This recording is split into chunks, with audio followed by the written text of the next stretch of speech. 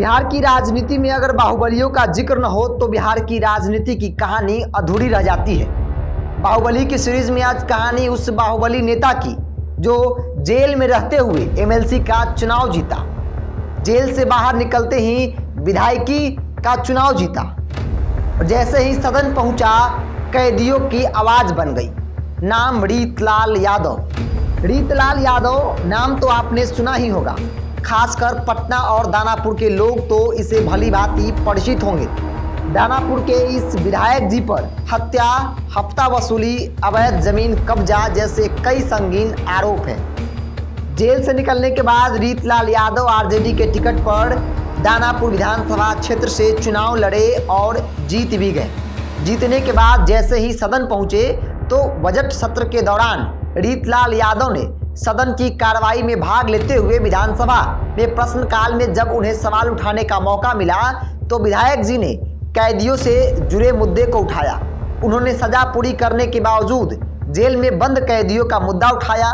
लंबे समय से जेल में बंद विधायक जी को इससे अच्छा मुद्दा शायद ही कोई मिलता, क्योंकि विधायक जी को कैदियों से जुड़े मसले पर अच्छी खासी जानकारी जो होगी।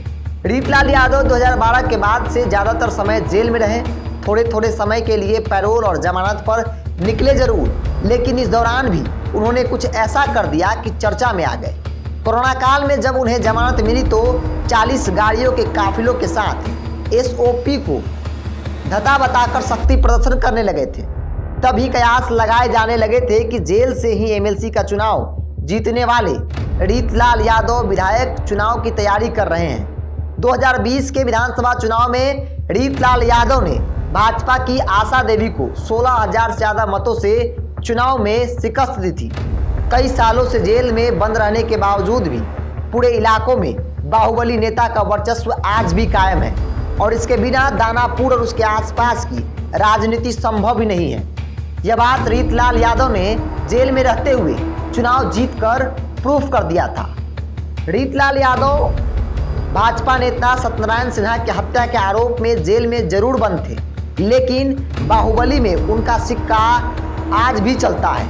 रीतलाल भले ही कई सालों से जेल में बंद रहे हों, लेकिन बाहर उनके गुर्गे उनके नाम पर वसूली का धंधा करते हैं। आरोप यह भी है कि रीतलाल के गुर्गों ने एक कोचिंग सेंटर के मालिक से 1 करोड़ रुपए की रंगदारी भी मांगी थी और पैसा नहीं देने पर जेल से ही सेंटर के मालिक को अंजाम भुगतने की धमकी दी थी।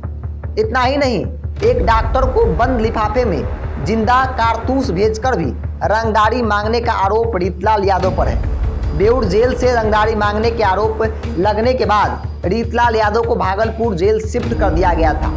बताया जाता है कि रीतलाल यादव आरजेडी सुप्रीमो लालू प्रसाद यादव के खास रहे हैं। साल 2015 में लालू प्रसाद यादव की पार्टी उन्हें आरजेडी टिकट पर दानापुर से उम्मीदवार बनाना चाहती थी, लेकिन पहले चुनाव में उन्हें हार का सामना करना पड़ा था। इसके बाद जेल में रहते ही रीतलाल यादव ने निर्दलीय एमएलसी बन गए और अब विधायक हैं। तो कहानी हमने इस वीडियो में बताया उस नेता की जो एक लंबा समय जेल में बिताया, जेल में रहते हुए एमएलसी का चुनाव जीता। इसके बाद जमानत पर जब बाहर आए तो उनका खौफ कायम था।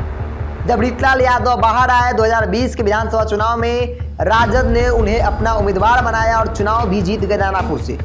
विधानसभा पहुंचे बजट सत्र के दौरान जब उन्हें प्रश्नकाल में जब उन्हें अपनी बात रखने का मौका मिला तो सबसे पहली बात उन्होंने कैदियों से जुड़ी ही मसलों पर रखा और रखेंगे भी क्यों नहीं, क्योंकि एक लंबा समय वो कैदियों के साथ बिताए, एक लंबा समय उन्होंने जेल में बिताया है, तो उनसे ज़्यादा अच्छा कैदियों के बारे में जानकारी और किनके पास होगी।